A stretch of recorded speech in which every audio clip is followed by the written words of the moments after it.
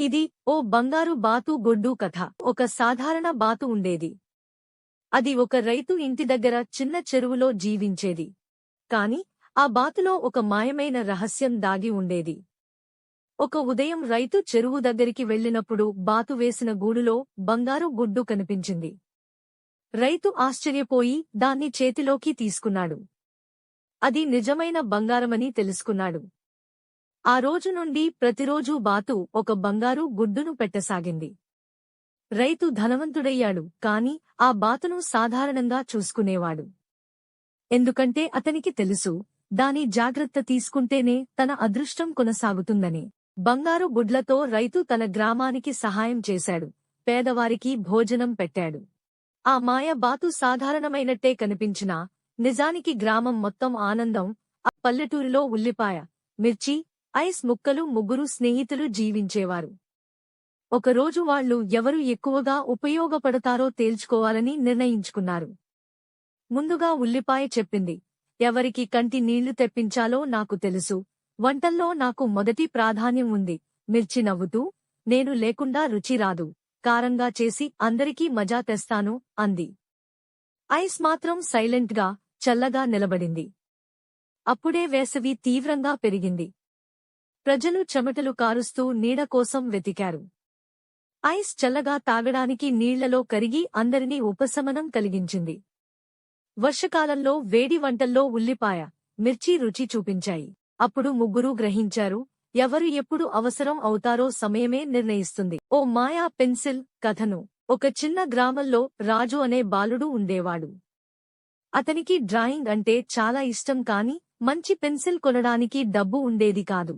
ఒక వృద్ధుడు వచ్చి అతనికి ఒక మాయా పెన్సిల్ ఇచ్చాడు. దీనితో నువ్వు ఏం గీసినా నిజమవుతుంది అన్నాడు.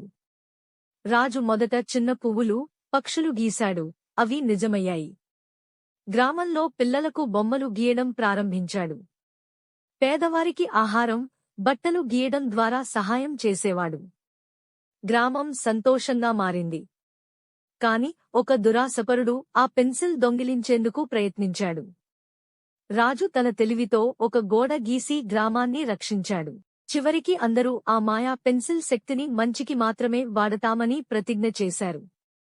రాజు పేరు గ్రామమంతా వినిపించి, చిన్నవాడే హీరో అయ్యాడు. ఒక చిన్న గ్రామంలో పాత బంగ్లా ఉండేది. ఆ బంగ్లాలో రాత్రివేళ ఎవ్వరూ వెళ్లరంటే భయపడి దూరంగా ఉండేవారు. ఒకరోజు రాము అనే బాలుడు ఆ బంగ్లాలోకి వెళ్లాడు. లోపల చీకటి, గాలికి తలుపులు చప్పరించాయి. అకస్మాత్తుగా ఒక తెల్లని ఆకారం అతని ముందుకొచ్చింది. రాము గుండె దడదడలాడింది. అది మృదువైన స్వరంలో చెప్పింది, నేను ఈ బంగ్లా యజమాని. నా ఆస్తిని కాపాడటానికి ఇక్కడ ఉంటున్నాను. కాని ఎవరికీ హాని చేయను. ఆ దెయ్యం అతనికి ఒక రహస్య గదిని చూపించింది. అందులో పాత పుస్తకాలు, విలువైన వస్తువులు ఉండేవి. ఇవి గ్రామానికి ఉపయోగపడాలి అని చెప్పి మాయమైంది. రాము వాటిని గ్రామానికి ఇచ్చి పాఠశాల నిర్మించాడు. ఒక చిన్న పట్టణంలో రాము అనే కష్టపడి చదివే విద్యార్థి ఉండేవాడు. చిన్నప్పటినుంచే అతనికి చదువుపై ఆసక్తి ఎక్కువ. ఉదయాన్నే లేచి పుస్తకాలు చదివి టీచర్లు చెప్పిన విషయాలను పూర్తిగా అర్థం చేసుకునేవాడు. పరీక్షలు రాయడానికి ముందు రాత్రంతా మేల్కొని పునశ్చరణ చేసేవాడు. కష్టానికి ఫలితం లభించింది. ఫలితాలు వచ్చిన రోజున రాము కాలేజీ టాపర్గా నిలిచాడు. అతని పేరు కాలేజీ నోటీసు బోర్డులో మొదటిగా మెరిసింది. టీచర్లు, స్నేహితులు అతనిని అభినందించారు. తల్లిదండ్రులు గర్వంతో కళ్లలో ఆనందబాష్పాలు పెట్టుకున్నారు. రాము అందరికీ ఆదర్శంగా మారాడు. కష్టపడి పనిచేస్తే ఎవరైనా విజయాన్ని సాధించగలరని తన ఉదాహరణతో చూపించాడు.